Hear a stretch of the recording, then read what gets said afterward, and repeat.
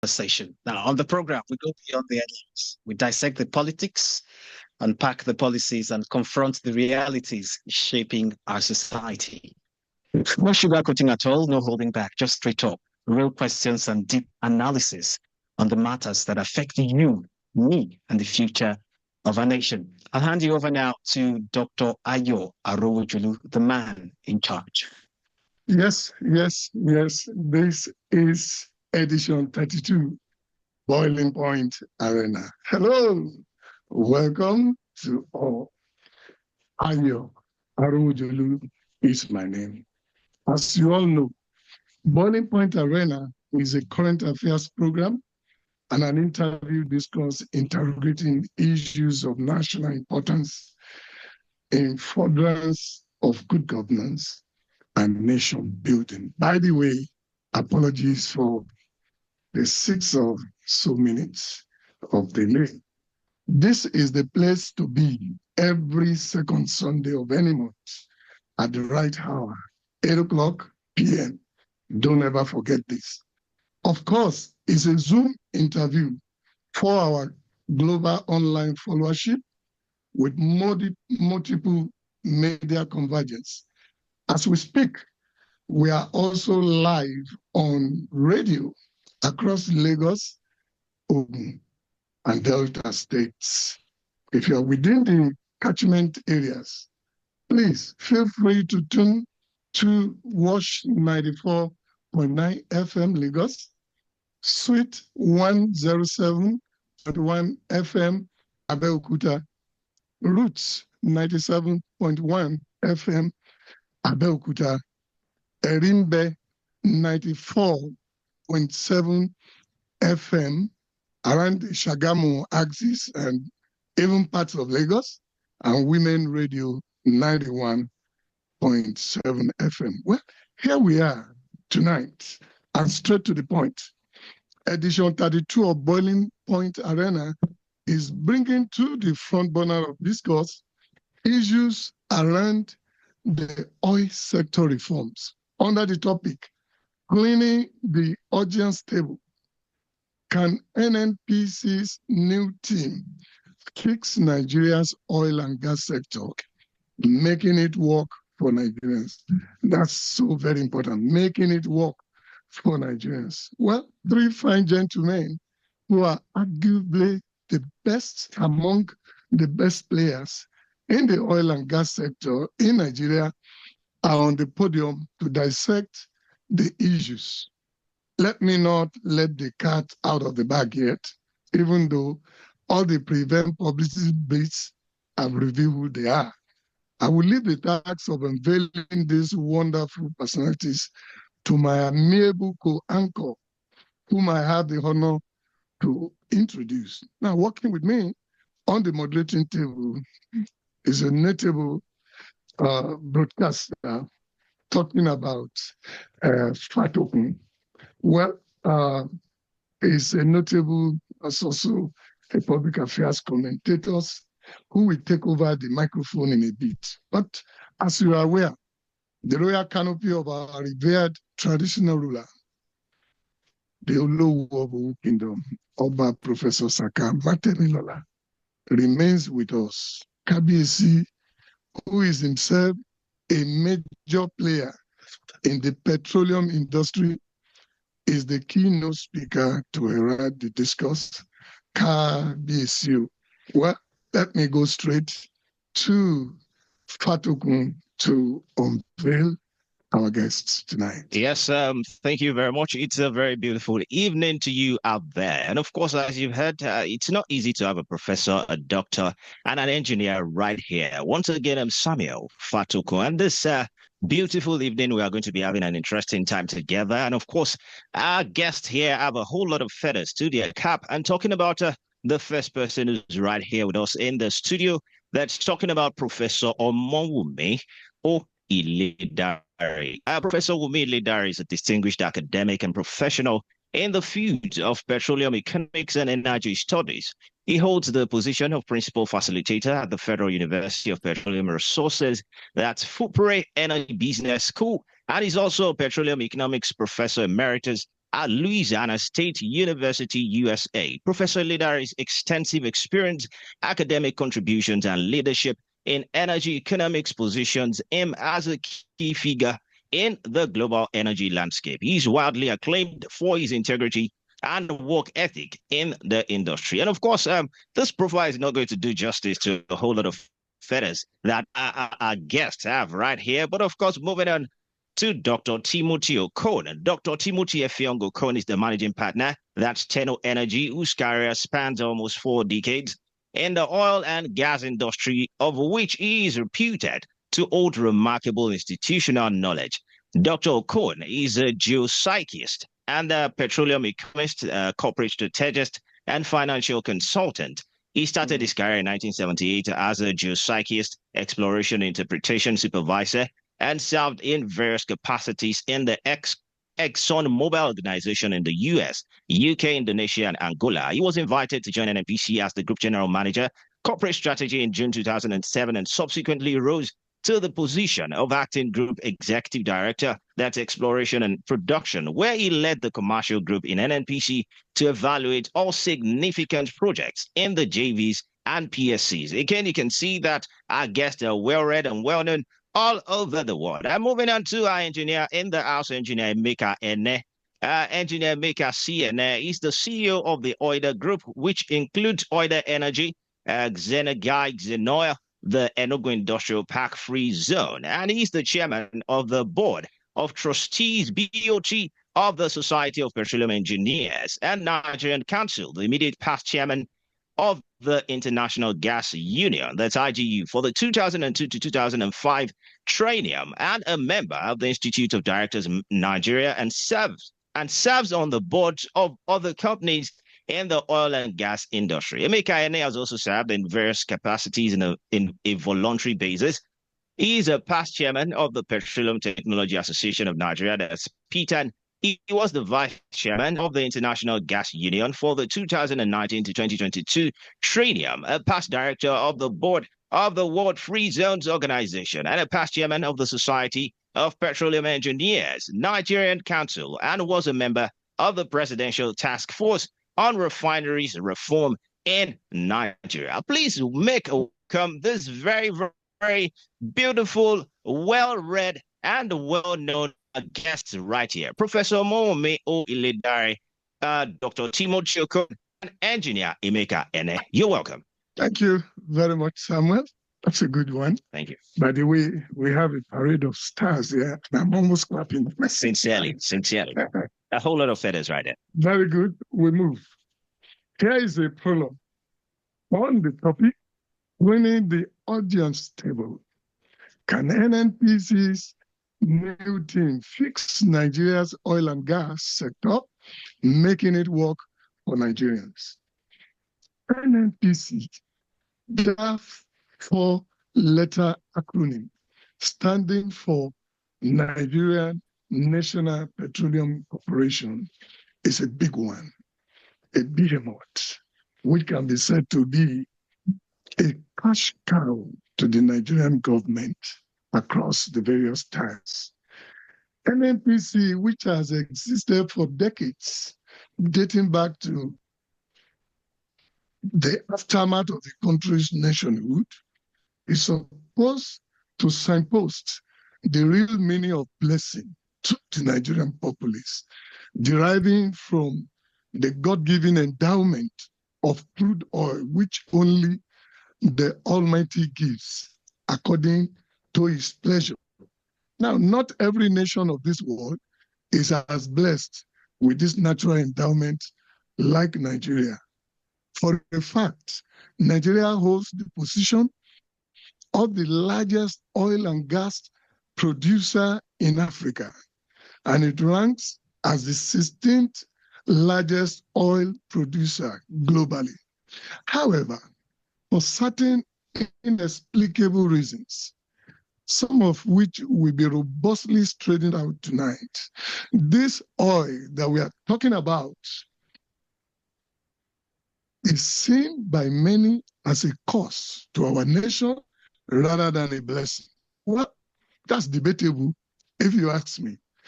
For decades, NNPC stinks. NNPC has been the epicenter of corruption, and the culture of impunity reigning in the country has not made it possible for any of the culprits to be brought to book.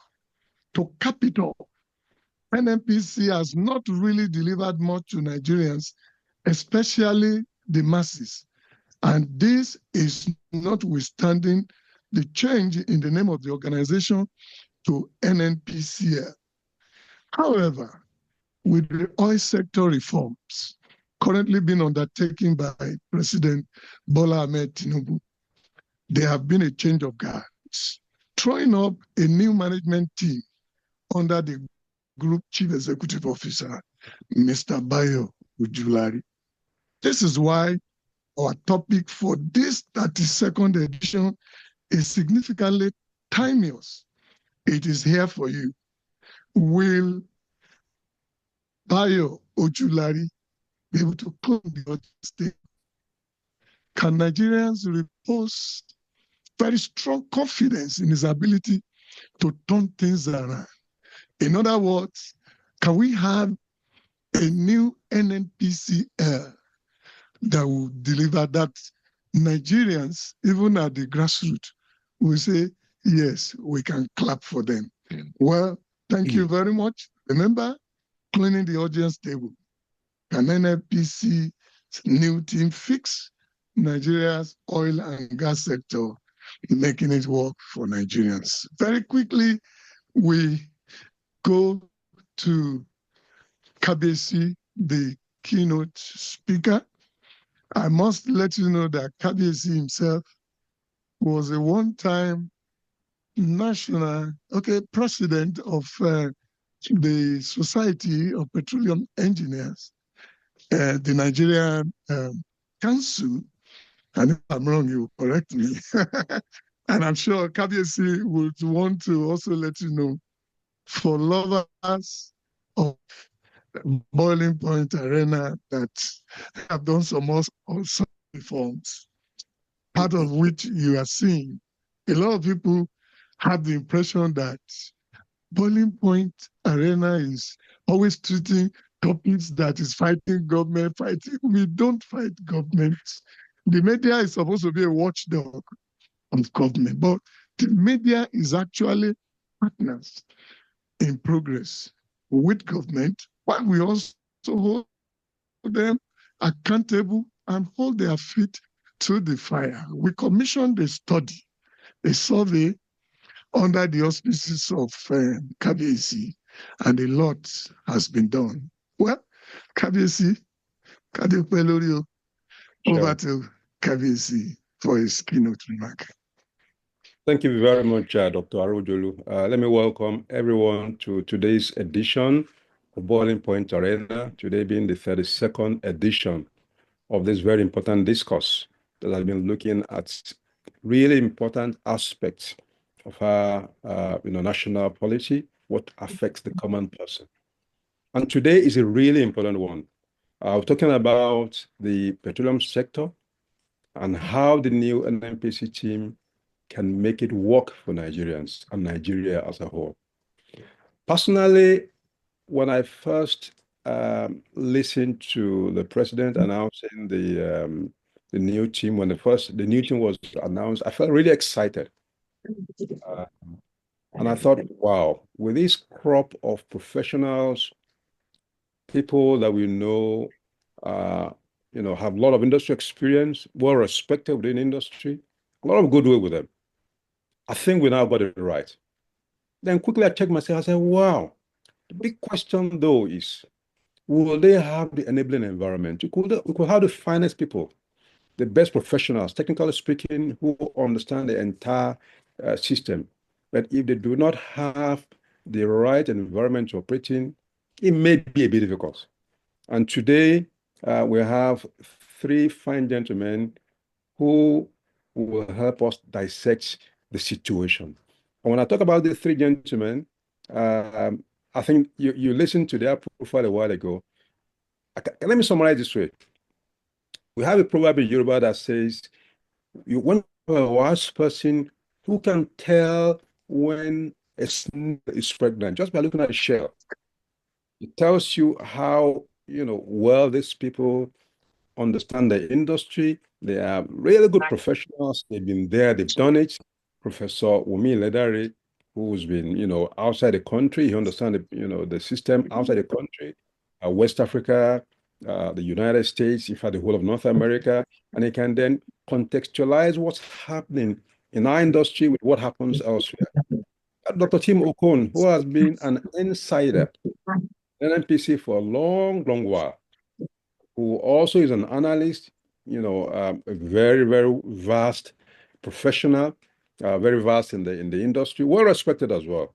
And we have Engineer Mekaine, who I've been very close to for quite a while now, who is a key player, and he straddles from the upstream to the service industry.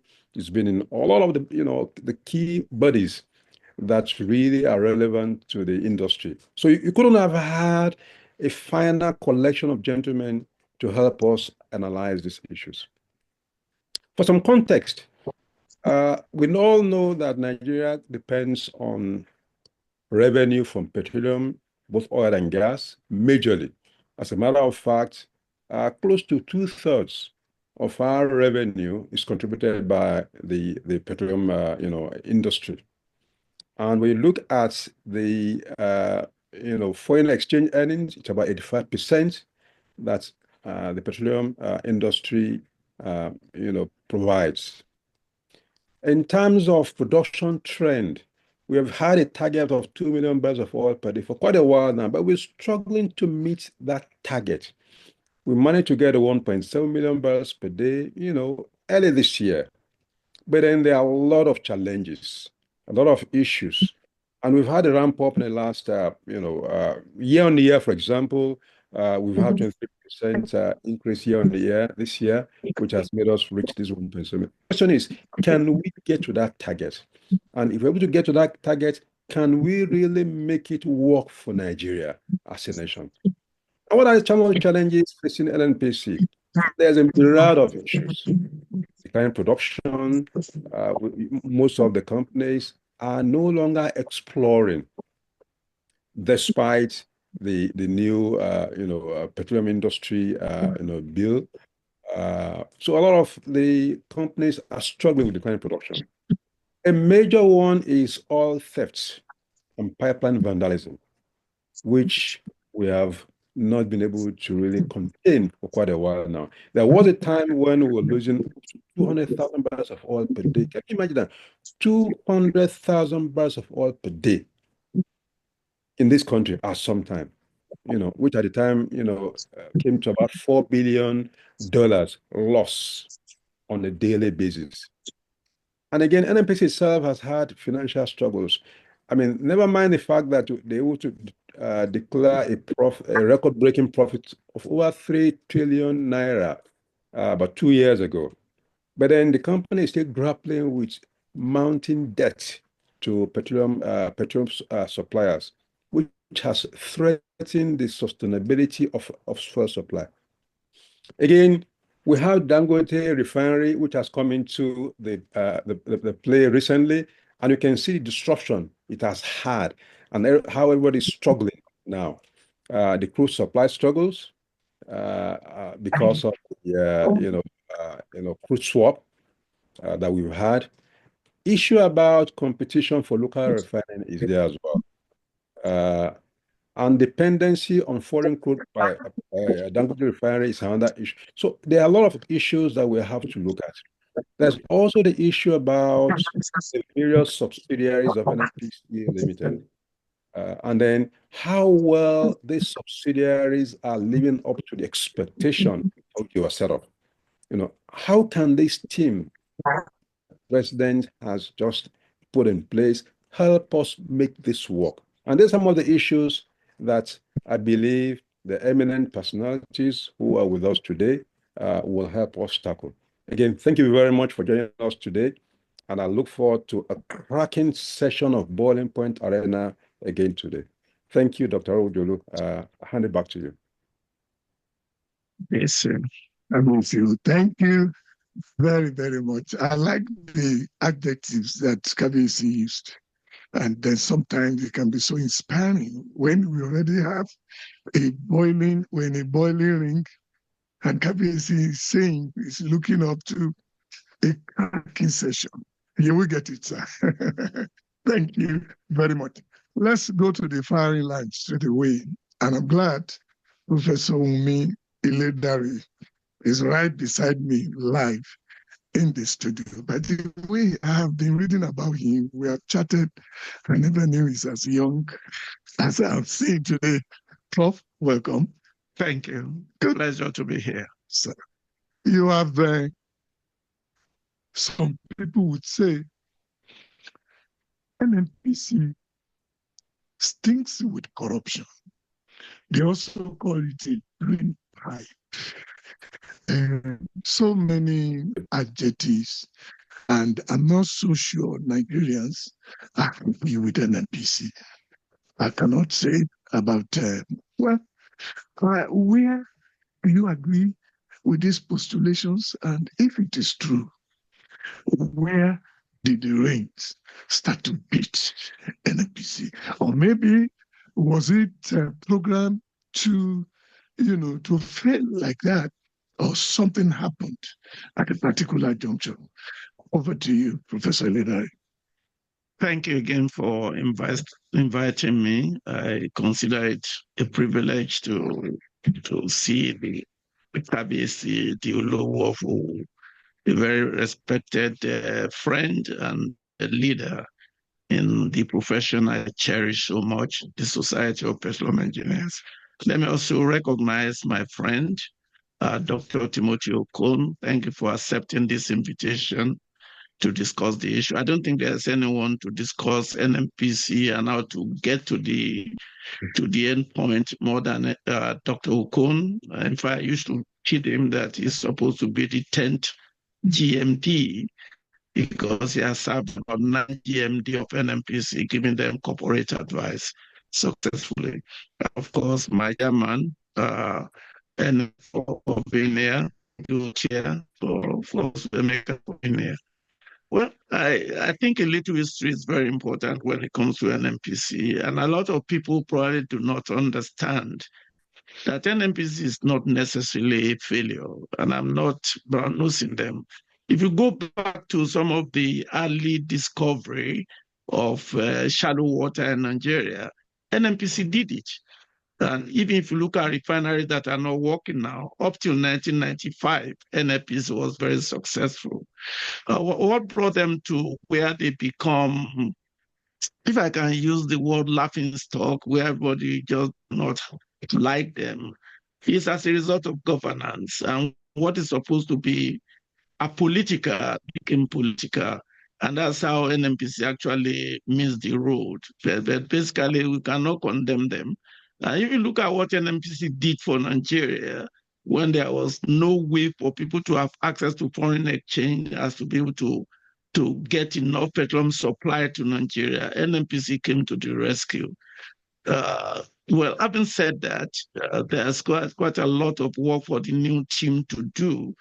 And it begins with obeying the law that created them. So NNPC's history, even though there are so many things that needs to be claimed, to be corrected, like operational inefficiency, bloated cost of doing business, and even political decision making. One has to commend President Tinubu for certainly incorporating a board that has an understanding of the oil and gas industry. But one would suggest that he must allow it to function apolitically. And one can that's the only way you can clean some of the weight that is easily besetting NNPC since 1995 to now. One, inefficiency. Two, opaqueness, transparency and accountability. And third, governance that believes in everybody, not just selected few. And if we do that, the Petroleum Industry Act has given NNPC to be apolitical. If you look at the Petroleum Industry Act, it gives NNPC a mandate. It's not a political mandate. It's a mandate to be profitable and commercial in operating. Maybe we will get to that area. But I think NNPC should not be so big. The moment you move away from the path you are supposed to follow, is to get yourself become a laughing stock. But there's now redemption.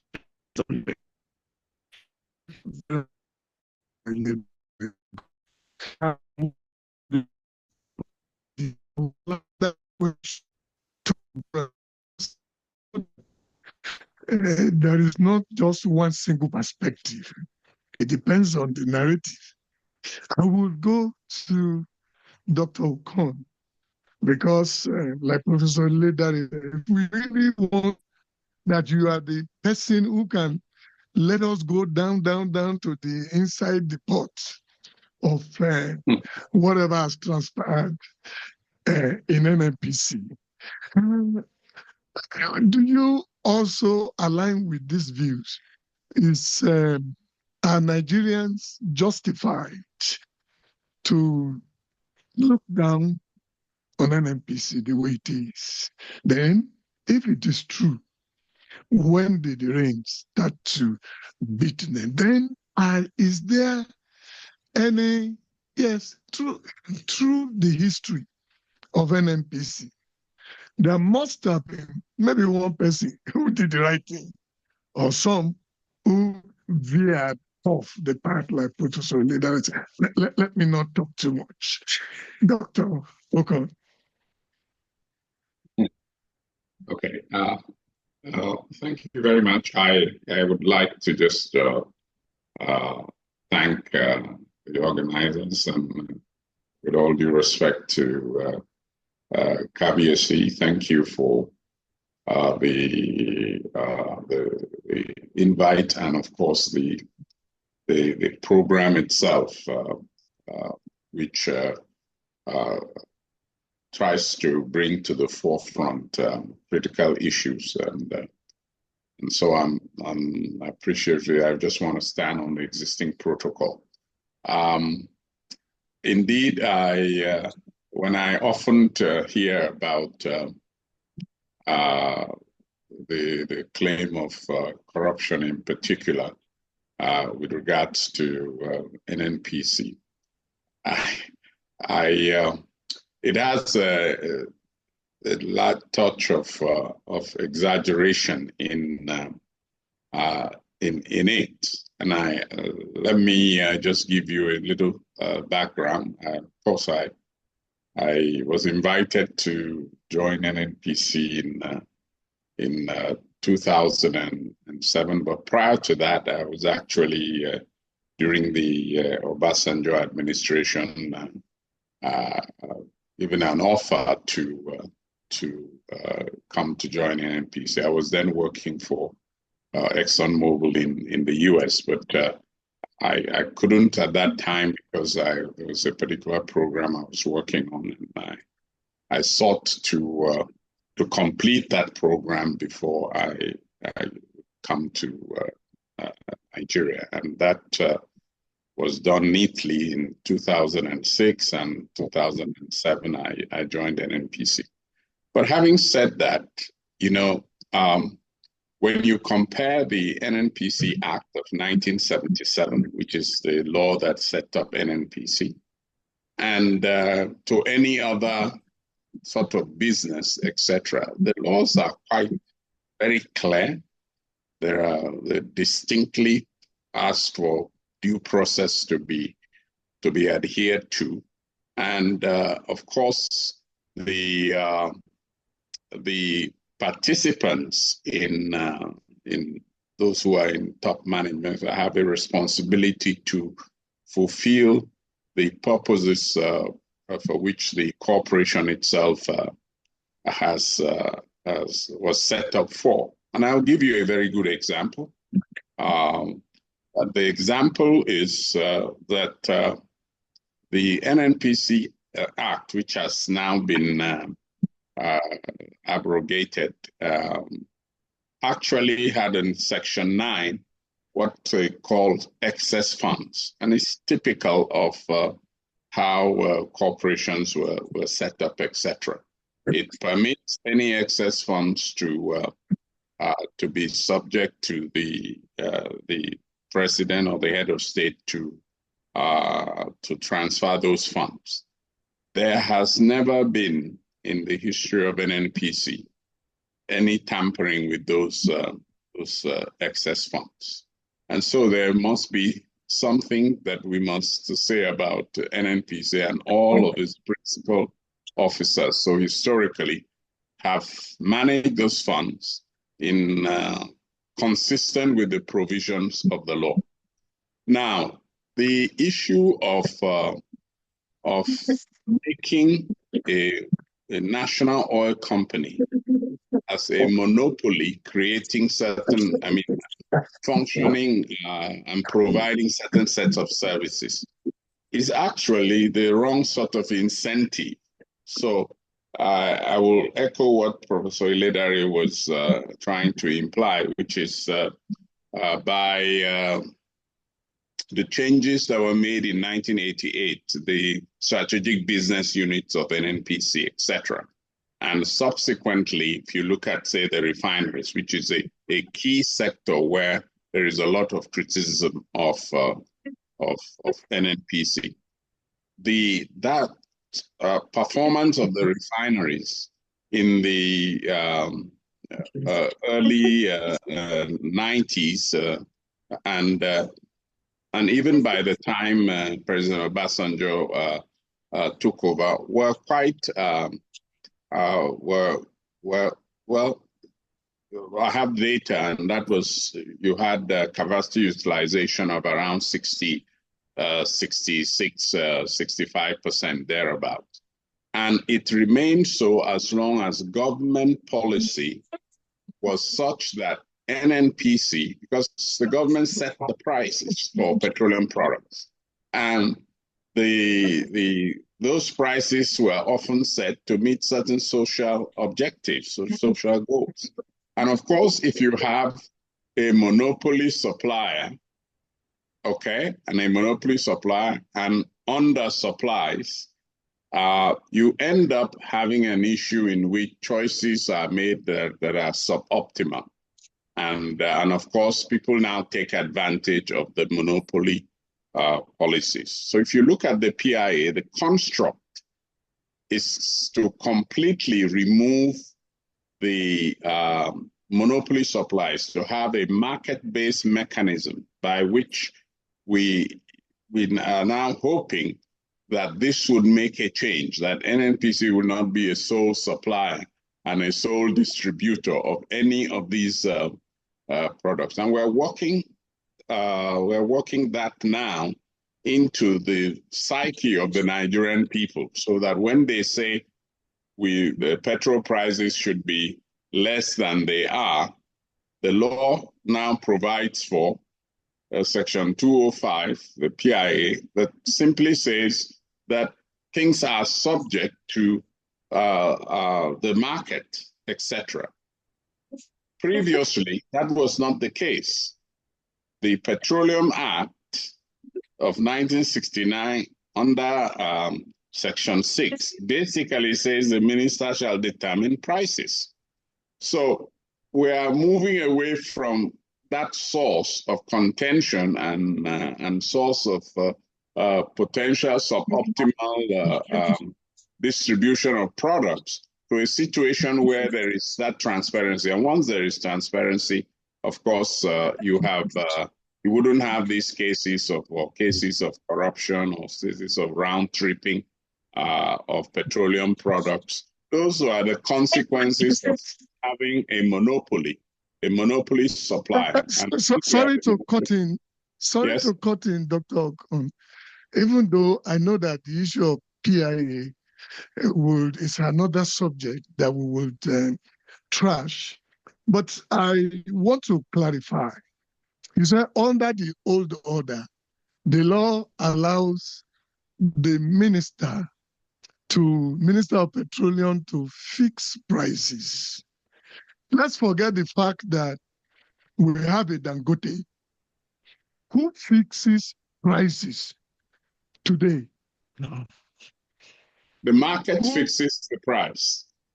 And as long as, yes, the market is fixing a price, and we are gradually moving away from one entity being the supplier of, and the market is, the provisions of the law are clear. That's why I mentioned 205.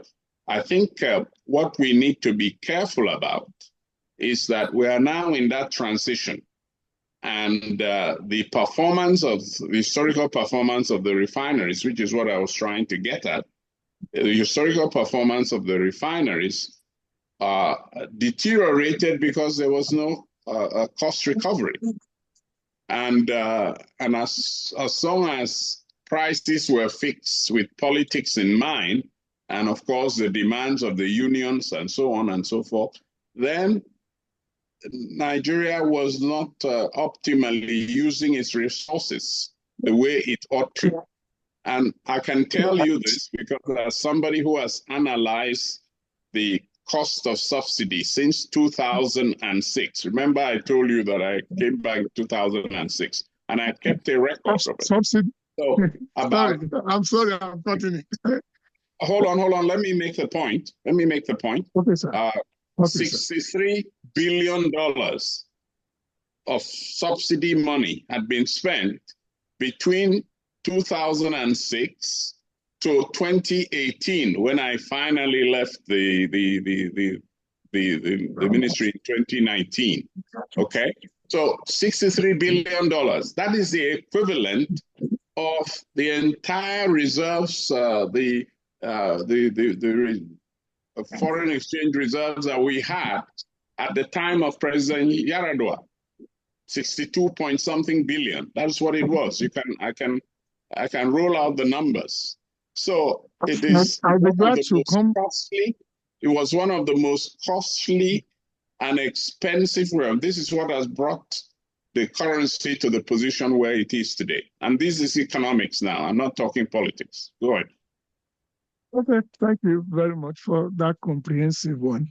I'm going to come back to that. You say when you are veering into matters of subsidy and talking about, some Nigerians may not know the nitty-gritty of how petroleum sector work, but Nigerians surely deserve the best. They know that some of these things are not rocket science, but we get there. Let me come to Chairman Emeka Ene. I've asked that question. I want to make sure you also take your own turn, and to also, particularly, let's trace back what has been happening in NNPC and how we get to this point, to the extent that ordinary Nigerians are buying just one bottle, just a little bit bigger than a mineral, soft drinks at close to 1,000 naira or even above in some places. Thank you, Engineer Ene. Thank you very much, Ayo, and thank you also to Kabi for the honor of participating in this very awesome program. I'm not going to try to repeat what my distinguished colleagues have said. We're in the industry, we're likely to say the same things. I'm going to look at it from a completely different perspective. The truth of the matter is that the NNPC has some of the finest engineers and geoscientists the industry can deliver. Prof alluded to that. And many of the early discoveries, which are being produced today by some of the international oil companies, were actually made by NNPC geoscientists. And that is a fact. The thing is that NNPC is, I won't say a child of necessity, but it's an organization that morphed with the times. And the fundamental flaw was the business model. Dr. Okon alluded to that for the refineries, but it's even worse than that because the refineries, the business model of the refineries was to produce on behalf of NNPC, irrespective of what the market was saying. So you are given a certain allocation of oil, of crude oil, and you produced it and you delivered it, and then it is sold at whatever price. Obviously, that was not and has never been sustainable. And when you extrapolate that all the way to when the refinery stopped working, it was obvious why it was not working. And there's a collateral impact on that on the economy. It's just the business model that was wrong. But in that period, the people, the operators of these refineries, the NNPC, they performed miracles to keep the refineries open. They literally were innovating in many, many ways because they didn't have spares, and they tried to collaborate and make sure that the refineries were sustained the best they could, even though they were not being properly funded. On the E&P side, we had the same challenge. Remember that for so many years, we had the challenge of funding, JV funding. The JV funding was being triggered by the fact that, again, the business model was flawed. The money generated, the revenues generated ended up in the additional account, and it had to rely on the budget to get the money out to fund the industry. There was a disconnect, an obvious disconnect. And so for many years, the industry was underfunded and exploration lagged. And again, it's a concept of the fact that if you're going to develop an oil block or a reservoir, essentially it's almost like a 10-year cycle. It's exploration, appraisal, development, production. And if you break that cycle, you're going to have the consequences many years down the line. So to summarize, so I don't repeat what my distinguished colleagues have said, the NNPC has not suffered on account of corruption or suffered on account of poor quality people, but the fact that they were operating a flawed business model that was not sustainable. And that will happen to any business. You know, if you're operating a business model that's not sustainable, at some point it's going to grind to a halt. And that's basically the challenge. Now, of course, we have to press the reset button, right? And I think this is what the recent events and recent developments have pointed to, is the fact that the same organization has delivered results in the past. The same organization can continue to deliver that in the future, right? So I'll keep my comments short and to the point so that we have a cumulative conversation. Thank you very much. Yeah. Thank you. Samuel is here. Samuel, let's have you. Okay. Yes. Thank you very much for doing justice to that. We've had quite a number of, discussions right here. And from what has been said, I would want to pick, a question from that. I think it was the doctor that was raising a point talking about the monopoly approach of the NNPC, having to be the only one without having no, competition and all of that. I'll come to the professor on this to ask this question. But before I ask the question, quite a number of thoughts have been raised concerning the discovery of oil itself. That is it a blessing to Nigeria and to Nigerians, or is it otherwise? I want to use a word that is not really a word right here. Is it a blessing, or is it not a blessing? That's number one. And then number two, as we are looking at the fact that we need a proliferation, we need more competitors and all of that, are we looking at the disadvantages that can arise from all of this? If we consider the disadvantages and the advantages, can we say that that's a route to tow? So these are the two questions. Professor, please, let's have you. Thank you very much. I will not be speaking facts. If I tell you that oil discovery is a cause. No, that's a fallacy. Is the management of oil revenue the reason why we find Nigeria where it is? The answer is yes. All you need to do is to look around the countries surrounding Nigeria. See where they are. They don't have oil. There's no way you can compare. You want to go and live there. So oil as a gift is not a cause when it is discovered. However, if you lose sight of where you want to go, then you run into a problem. And that's what has happened. I'm a child of the 50s, and I understand the lifestyle of people before oil money came. I want to testify I will not be as educated as I am. And many Nigerians probably would not have been educated as they are. Nigeria did not spend their money well. That does not mean your having money is a cause. If you go to the 70s and see the way money was used, the oil money, it is actually what catapulted Nigeria to stardom all over the world. When the United States was not willing to let Angola be free, Nigeria used their oil money to demonstrate what good governance can do. When Liberia was in trouble, the Nigerian oil money was what gave us the power to liberate Angola and Liberia. It was the oil money that allowed us to tell the United States that apartheid must be brought to an end. We pay for it. So oil money is not a bad money at all.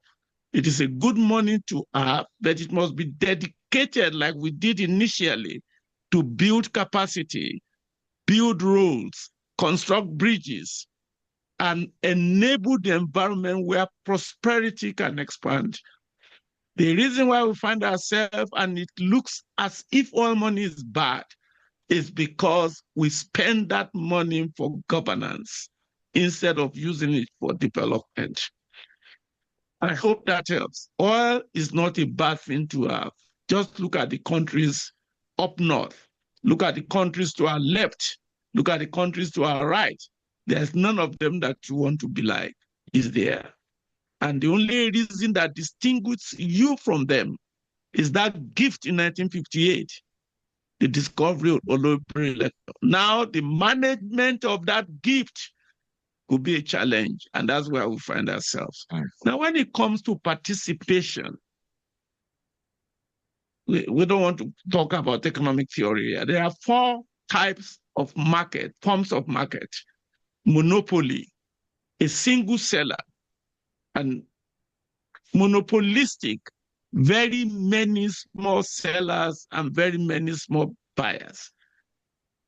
Pure competition, that's no free, there's free exit and free entry in the market. And then we have oligopoly, very large participants in the market. The objective of anything you do that has buy and sell into it is to have many sellers and many buyers, and none of them can individually affect the market in their behavior. But it's not common. In Nigeria, the market for our product called petroleum products in Nigeria today is anti-competitive. This is why you need a regulator that is competent, knowledgeable, with good understanding of the market. We are not there yet, but that's what we are moving towards.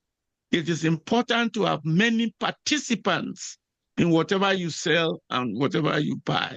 But it requires a government that does not trump economics with political decisions.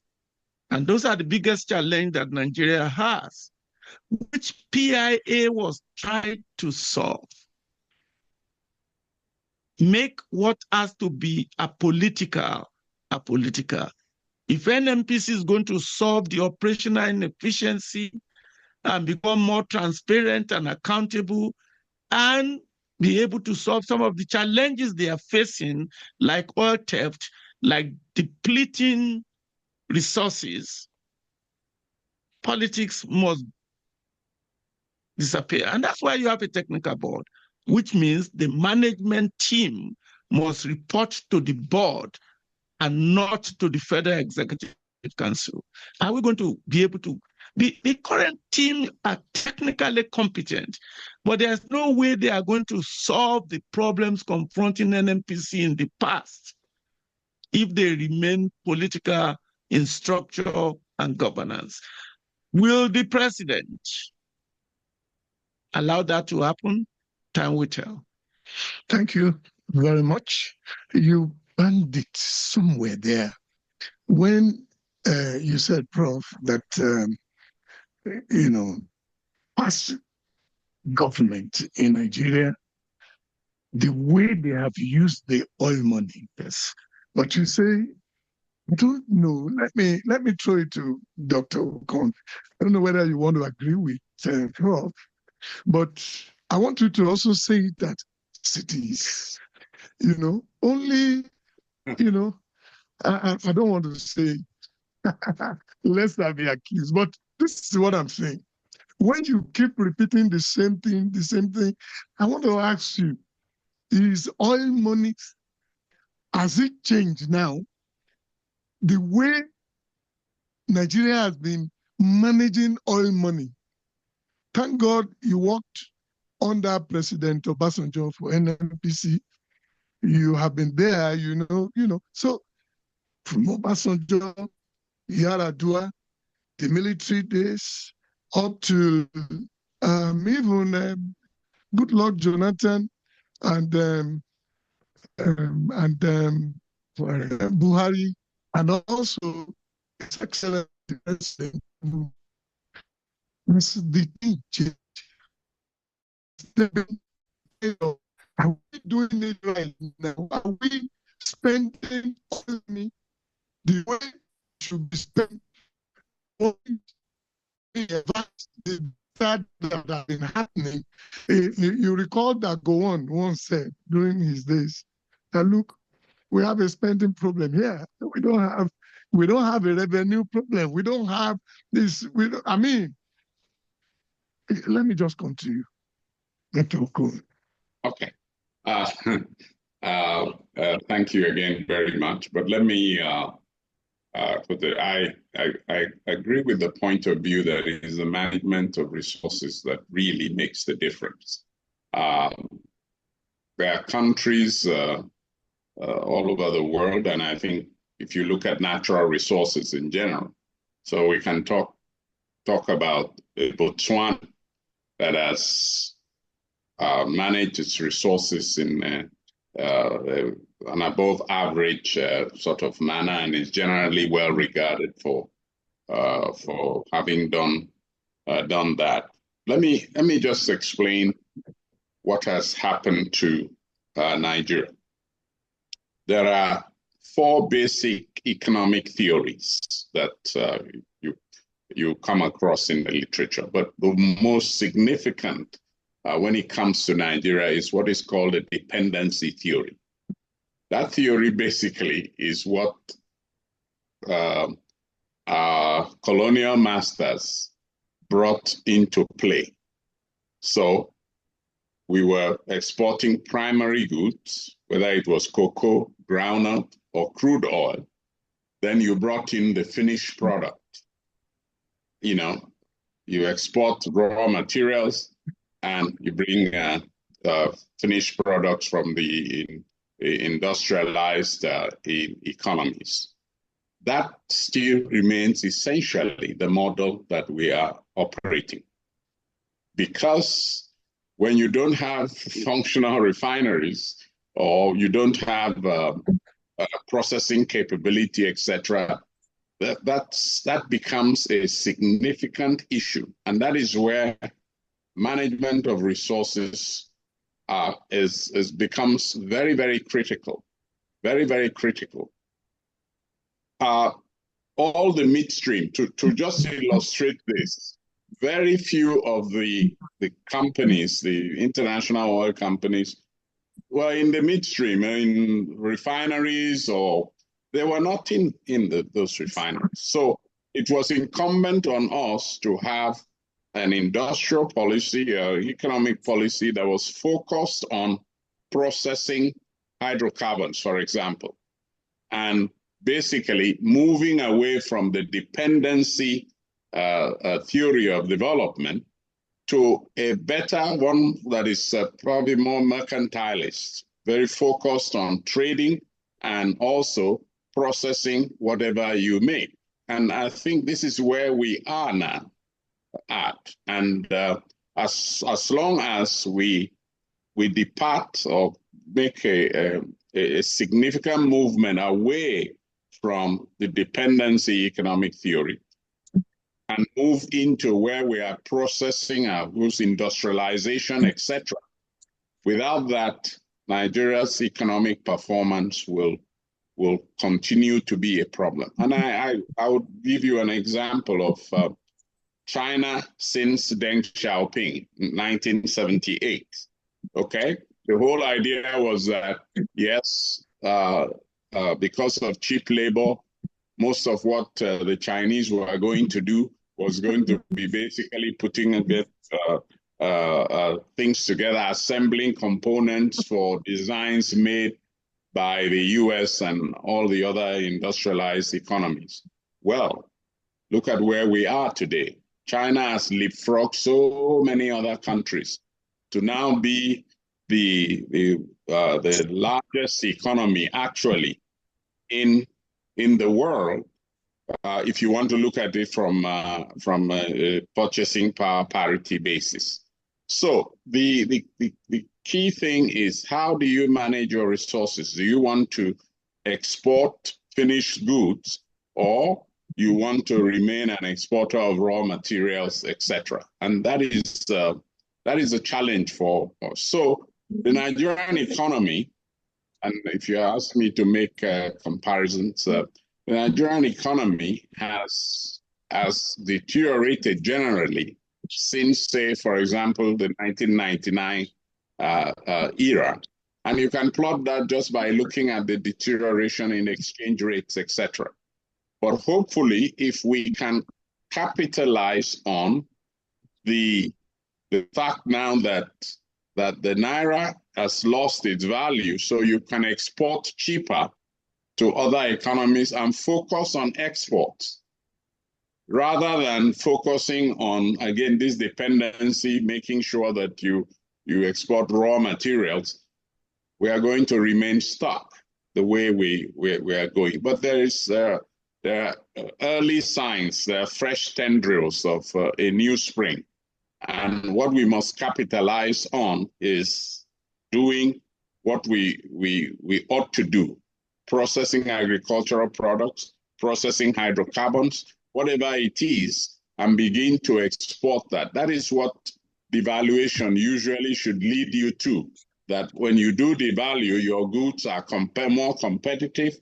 When you export them, they don't become more competitive if you keep it at home. Those would be my comments with regards to whether it's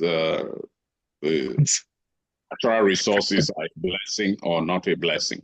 It's the way in which you manage those resources and implement them over the economy. Thank you very much, Dr. Okon. And we're looking at our time. It's like the time is just running and just racing. Maybe we'll be able to hold it back. Let me go to Chairman Ene. You are also, apart from being a petroleum expert, you are also a financial consultant. So you know about fuels. The grassroots level, where many of you, with due respect, do not operate, where are the grassroots? Where many people cannot afford 3 square meters. And people have been pauperized largely, particularly within the last 2 years, occasioned by the removal of petroleum subsidy. What would you say should be the appropriate price of petroleum? Because people at the grassroots, they don't understand all of this. They are saying that, come, we produce, we have the crude, we're blessed. But some people will come with some kind of funny explanations. Oh, Nigeria's petroleum is the cheapest in all the world. If we produce crude, if it should be a blessing, why are we paying close to 1,000 naira? And at the time that Dangote fuel was coming, the Buhari administration was telling us when Dangote comes, and it's going to come down, you know. So, and it looks like there are people who don't want the fuel price to come down. Don't you think fuel can still go down to like maybe 300 naira a liter? Somebody's laughing there. Chairman NN. Thank you very much, Ayo. And I'm going to answer the question by addressing the last question you had: is oil a curse or a blessing? And the reason why, because you asked, now, is this a curse or a blessing? You know, is the price of petroleum products, is it a curse or a blessing? The thing is this: is that oil and gas business is political. I mean, you know, I know distinguished prof has said we should not be political. The truth of the matter is that oil price historically has been driven by geopolitics. Even today, the oil price we see today is driven.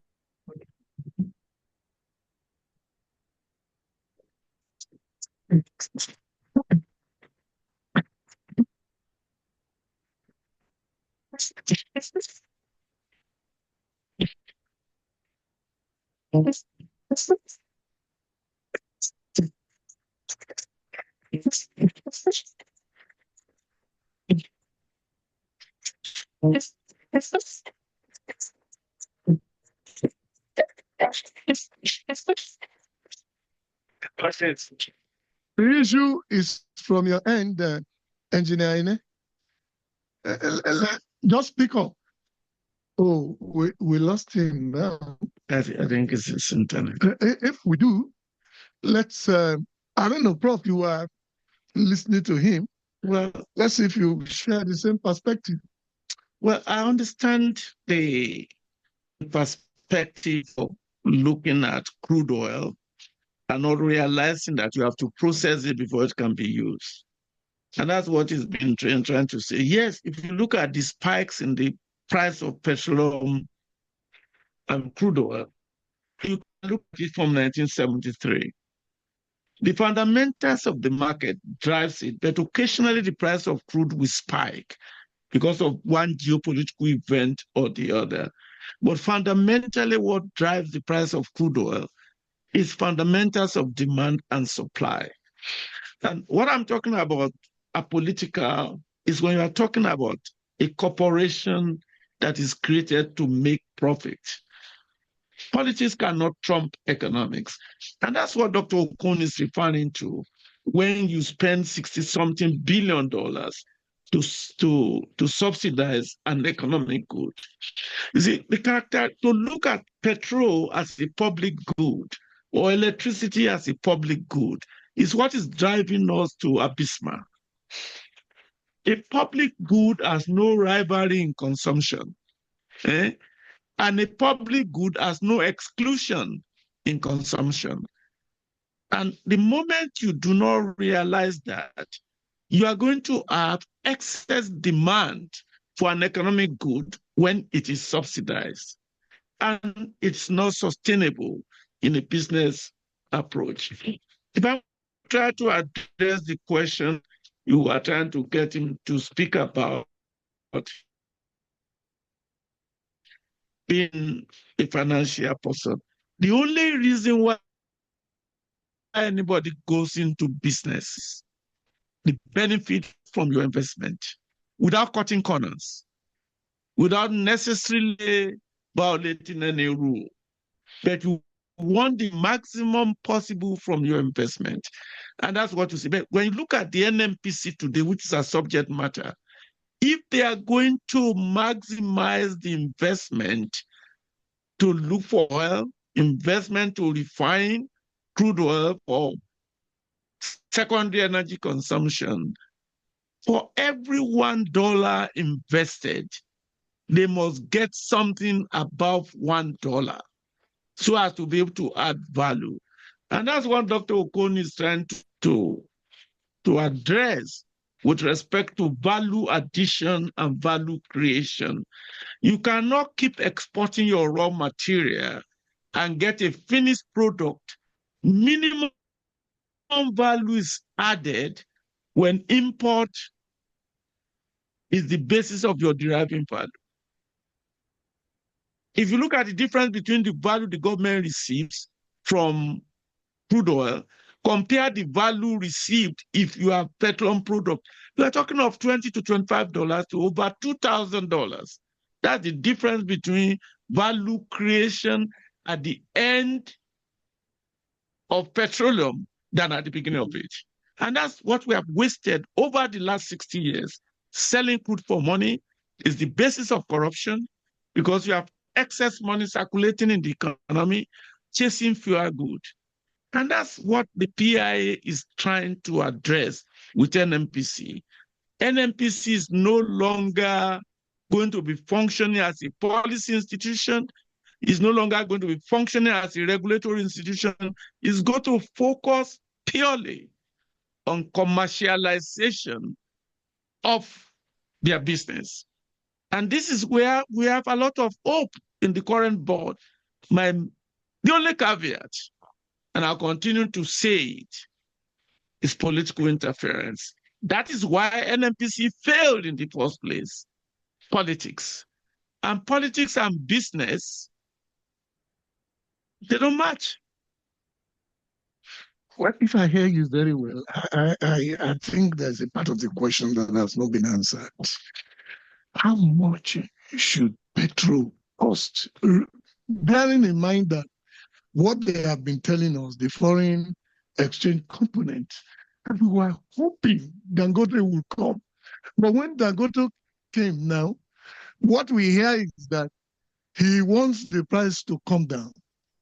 But NNPC is insisting that must NNPC also be importing, talking about importation, must NNPC be importing fuel? No, I know Dr. Okon will speak to that, but let me say something about Dangote. To me, it should be celebrated instead of being thrown mud at. And it's not investing in Nigeria for corporate social responsibility. And I'm glad the government is trying to do what I think they should do, which is to sell him crude in Naira. Because nearly every factor of production in Nigeria, you pay Naira for. And you see, until they removed the Naira, the price was going down. But now that it's importing the bulk of what is refining in the United States using dollar, the pressure you have on exchange rate today is because of the import of petroleum products. But that's very difficult for the majority of people to understand.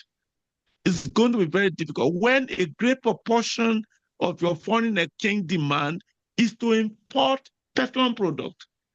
If Dangote has been allowed to buy crude in Naira, the government can have arrangement with them because the government is powerful without necessarily jeopardizing its profitability. When you say government, sometimes people use, is it the government or the NNPC? Because you say NNPC is not really government. Listen, NNPC is not government. Forget about what people say outside there. NNPC is not government. NNPC is like you. You register your company with Kama. The NNPC register their company with Kama. The NNPC has rules that govern them. The current NNPC limit. Yes, so you are referring, you are saying the government should have.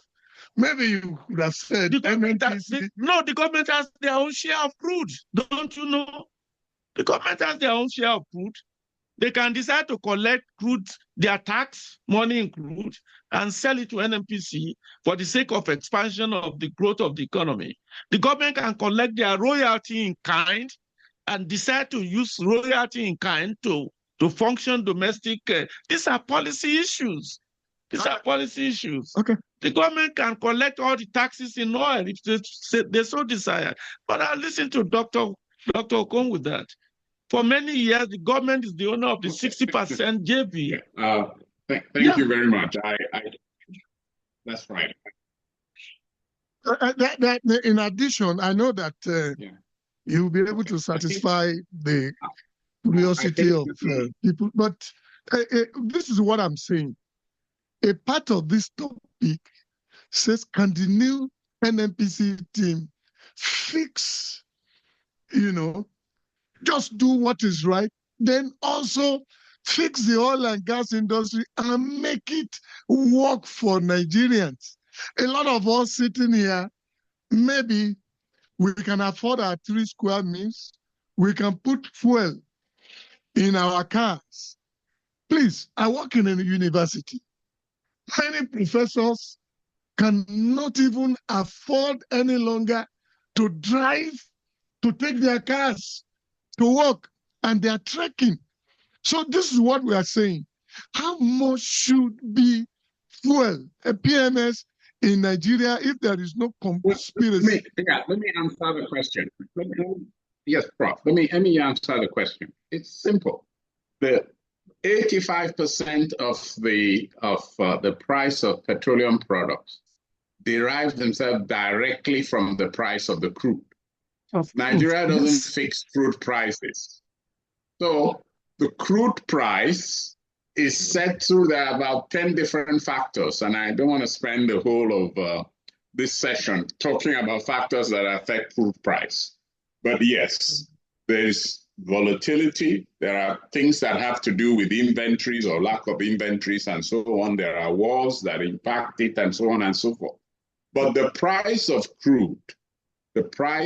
crude is not set by Nigeria. And therefore, the mistake of what we were doing in the past was to presuppose that I can set a price in Naira for refined products, and then I go and the price of the crude, which is is in US dollars, and then when you now import them in, there is a delta, there is a difference. So I cannot tell you what the price of PMS ought to be if I do not know what the price of crude is. And I do this all the time because we calculate the relationship between crude price and PMS and diesel and so many other products that come out of the. So it is important to know that the price of $1,000 could be 1,000 Naira for PMS, could be 900 tomorrow if the crude price so suggests that it ought to be. And I think the most important thing Nigerians need to note is that ultimately we ought to have coastal refineries. In other words, Port Harcourt, Warri, etc. Those refineries should actually work. If they do work, then you will have opportunities for electing or choosing to where you want to get your petroleum products from.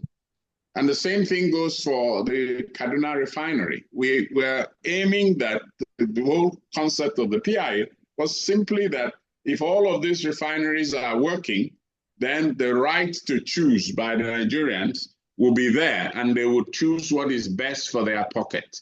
The second point I want to make about PMS pricing is that not everyone needs premium, super premium petrol, for example, with the octane number at 96 or 98 and all of that.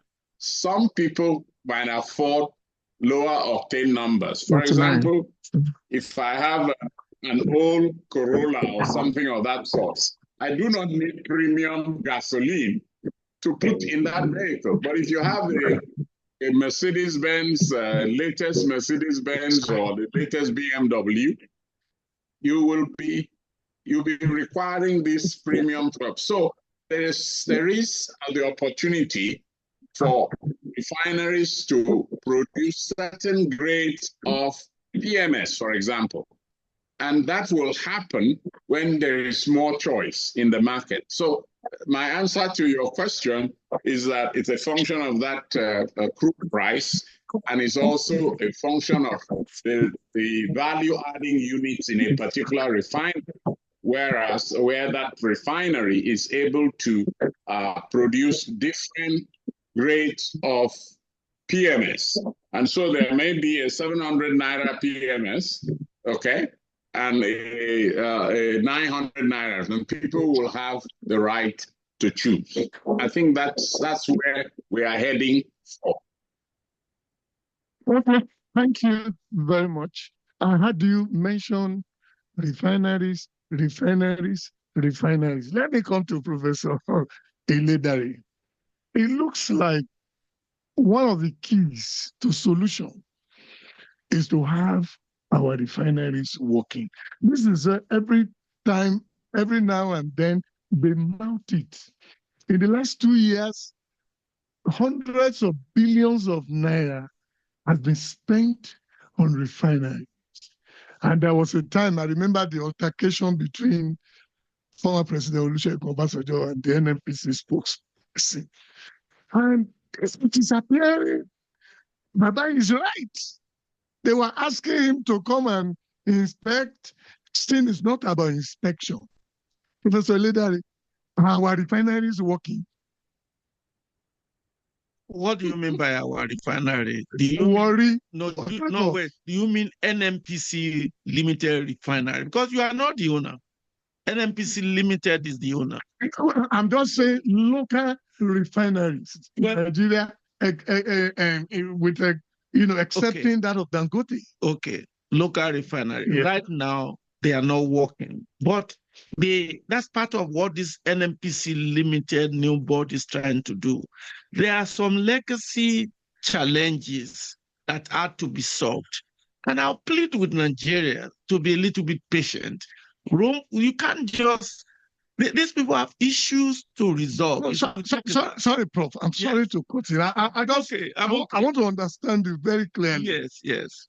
This government said at the time last year, the NNPC, whether it's Port Harcourt or Warri, is technically that mechanic. They use one particular terminology that is ready.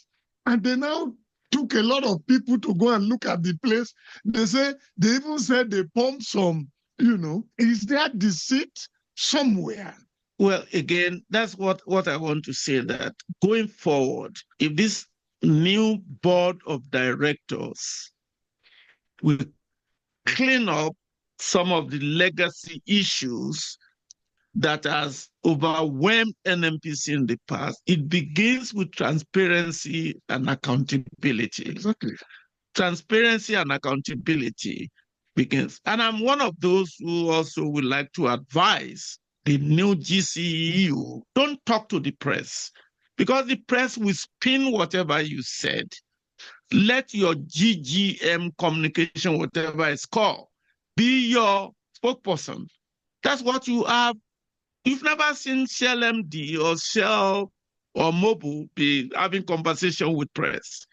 Transparency and accountability does not mean the GCEO must talk to the press. I don't think it's about who is talking, sir. Exactly. With due respect. Exactly. I think what is the issue is that hundreds of billions of naira spent, did it go down the drain? Well, Dr. Ayo, it is not this current NNPC Limited that spent it. We are looking into NNPC. So it is we are talking about the new NNPC board now. Yes. Go ahead, Dr. Okon. Yes, let me just say the official position ought to be that if you are trying to find out whether a particular refinery is working or not, the independent regulator is the one that will speak on it, because the regulator has powers to inspect, it has powers to do whatsoever, demand for all of that information. And why is the regulator is able to issue to you a credible response as to what this refinery is doing and what it is not doing? So the short answer to that question is simply go to the regulator, and the regulator would tell you what is happening. It's not going to ask President Obasanjo to come and see. It was a mute point. It's not very helpful. But the key thing is the regulator, because anything that happens to that refinery, you need to communicate such a thing to the regulator, because that's the provisions of the law, actually. Thank you. I know Prof will be coming on. I will give you the chance. I want to make a comment. Sorry, just a minute. Okay. I will give you the chance just to let our listeners know. And if you are watching via Zoom or listening, that we are coming back to the floor. All of these issues, back and forth, you're going to have an opportunity to, talk about it. In a moment after Prof had spoken, maybe I get to also Chairman and very briefly, then we will have a break for just 1 minute to fix, just to pay the bill, and just 1 minute and then we open the phone lines. Just diarize the phone number, the studio number to call, 090 6099 2609. Don't call for now. 090 6099 2609. Another number, 070 4100 7949. And I think for Zoom, help us put it on the chat box so that people can see 070 4100 7949. We'll get back to the phone lines maybe in 5 minutes' time, by which time Prof and Chairman Ene would have made important points. Thank you very much. And I just want to bring us to the Petroleum Industry Act with respect to where we want to go so that the petroleum industry can add value to the economy. One of the key value addition from the PIA is the separation of roles. And that's where I'm going to continue to advise the new NNPC Limited to understand that they are not the policy institution of the oil and gas industry.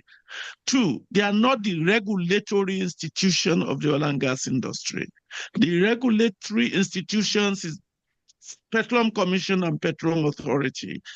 And if NNPC Limited, as we're anticipating them to become, must not allow themselves to be used to make policy statements when it comes to the oil and gas sector. They should pay attention to making decisions that will add value to their investment and make stakeholders happy. The stakeholders as of now are the citizens of Nigeria. But the way to make them happy is not to sell them petroleum product under recovery. They will not be able to add significant value.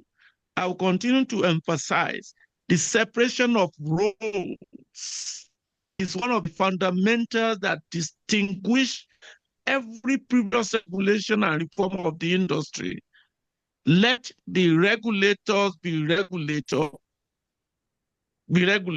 and let the policy institutions be policy institutions. Unfortunately, the weakest link of the 3 institutions is the policy institutions. And until we find a way to sustain them from one administration to the other, the type of value that the industry can create will be delimited. Okay, we'll quickly go back to Chairman Ene to just make it brief to complete your drift there. By the way, I think it was technology that failed you. Oh, either way. Thank you. Then we'll come to the brief message. I'm calling in from Benin. There's a rainstorm going on, so we have to deal with multiple networks. Wow. That's understandably. Miracle is working now. Sorry about that. See, I see this as an opportunity. A lot of people look at this thing as a half empty glass. I see it as a half full glass. We have to go away from thinking of petroleum products as a commodity, price is this, and looking at the value chain and the resilience of the value chain, what it provides, the opportunity provides Nigerians. This is the opportunity for gas to become a real transportation fuel, right? And it creates opportunities to reduce the cost of transportation in a real and dynamic manner. In the past, people had the perception of gas as being an explosive mix that was dangerous to use. Today, people are exploring those means because they can halve the cost of transportation in two. Petroleum products fuel can be blended with methanol. In fact, there is a policy, 2017 policy by government to blend methanol, which will again reduce the price and reduce the environmental impact. So the truth of the matter is there needs to be alignment. And I say political alignment is the sense that the purpose of government is to create well-being for the people. The purpose of business is to serve a market. Without a market, business can't exist. So there has to be an alignment to make this happen. And for it to happen, communication has to be key. There is an opportunity to explode the gas sector in terms of using it as a transportation fuel to bring the cost of moving goods and materials and people downwards. And to do that, you need to communicate that process. And that is, I think, what is missing. We're focused at one end of the spectrum when we should be looking at the broad opportunities that exist to reduce the cost of living in our country. I'll leave it there. Thank you very much. We are going in a bit to the phone line. The message will also be ruled out before then. For those on Zoom, just do a raising of hand, then we'll get to you. Do we have any message? Yes, we actually have something right here from Dr. Ayidon Shego Isaiah. But in case you missed the phone lines, 09060992609 or 07041007949. And of course, this question, there are quite a number of messages here, but we'll just quickly take this one. Subsidy has been removed by this present administration. What has the removal of subsidy done in the average life of Nigerian citizens? Just to corroborate the question, we talked about the lawmakers, we talked about the enforcers. The president just came out the day he was elected to say that the subsidy has been removed. And then immediately that became effective. Now he's asking, what is the implication of this on the life of Nigerians? Then I would like to add, who are those who took the step to say the moment the president just made that statement without even putting it in book, he just said it? The answers will come after we'll be just marking. Do you have any more message? So many others, but the time won't really permit. Okay. Let's just go for it. We have a call. Hello. Hi, good evening, sir. Welcome to Boiling Point Arena. Who do we have? My name is Moses from Ojo. Okay, Moses, you have the floor. Yeah, thank you so much for this explanation.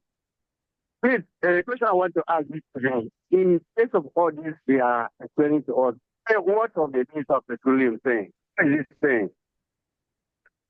Okay, is that the question?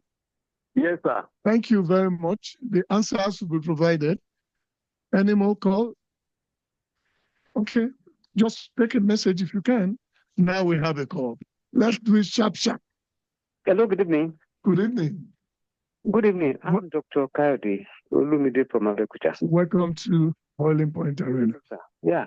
The question boiling out of here is that can this thing fix Nigeria's oil and gas sector? Why I am always not optimistic about Nigeria's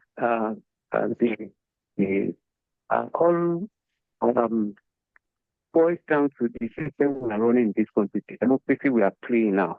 I think then, for me, I think with experienced leadership in the new current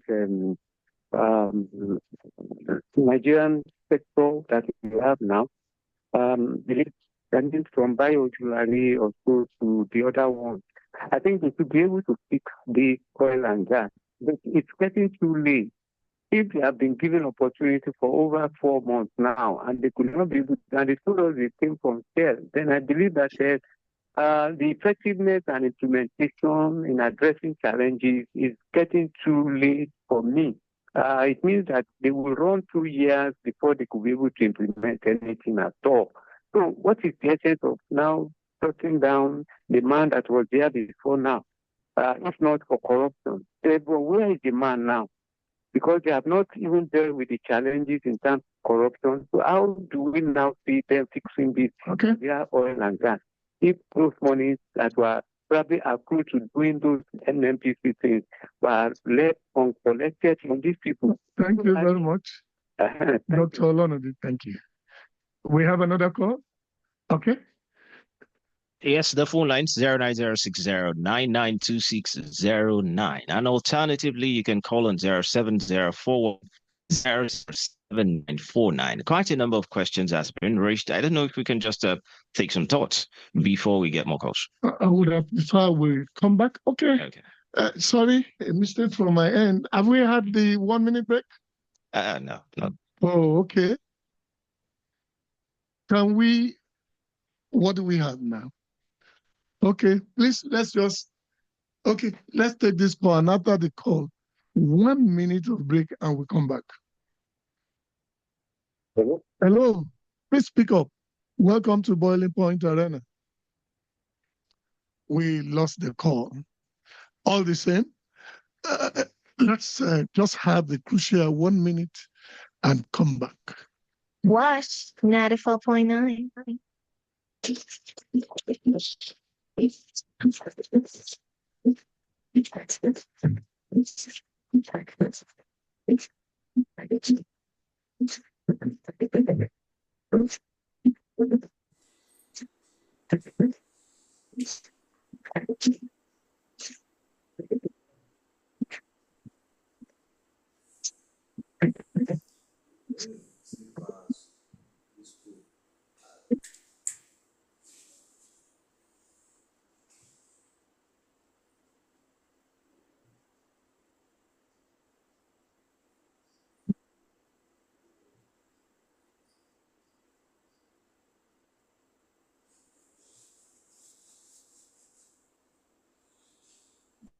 They will be calling when you decide to show. Pendendo de jangaio, o musamale. Mas porque não sei que guitarra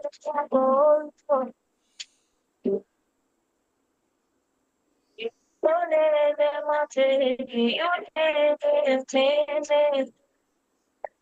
it's the time now. I'm sorry, I'm taking it time. Oh, no. I'm so sorry now. It's all in my taking it. It's the time now.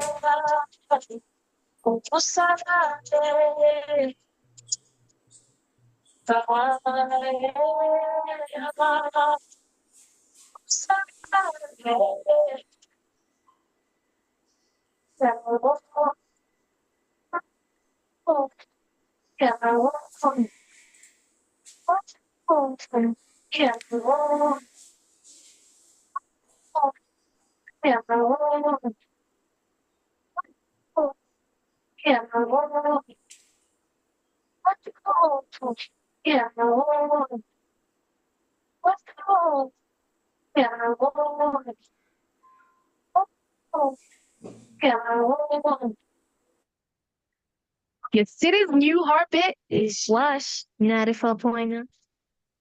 Back, Boiling Point Arena. The one you just saw is Galilee University College, and to do with counter-terrorism. You have questions, refer to retired Commodore Professor Mule Olawumi. Thank you so much. Well, we go back. Let's have hands raised, Zoom, and if there are no phone calls. But as we await that, if you have any serious message there, just put it on and okay. And we can simultaneously also have some of the responses to that. Somebody is saying, no sayaba ebuawan. I hope I got it right. The development of the nation is the responsibility of the government. NNPC can help to improve things that they have control over, as long as they have the will to do the right thing. It is the responsibility of the Nigerian government to ensure that the economy is not completely grounded. Well, now we have social issues in our hand. We have people committing suicide just because of not having anything to eat. We know that things that we bought 2 years ago, some of them, prices have escalated by almost 300%, some by 400%. Professor Eledari is the president, and the stops at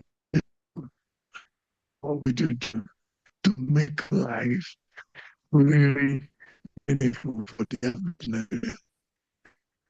Thank you. I appreciate the question. Luckily, I'm not the president of Nigeria. I'm not even its advisor. But what I'm going to say is that don't make NNPC the cash cow. That's why NNPC has not been able to add the value that's needed for the government to do the right thing. NNPC is a commercial entity. Let them create the wealth for you. And then the wealth will expand the economy. And people will be able to make a living.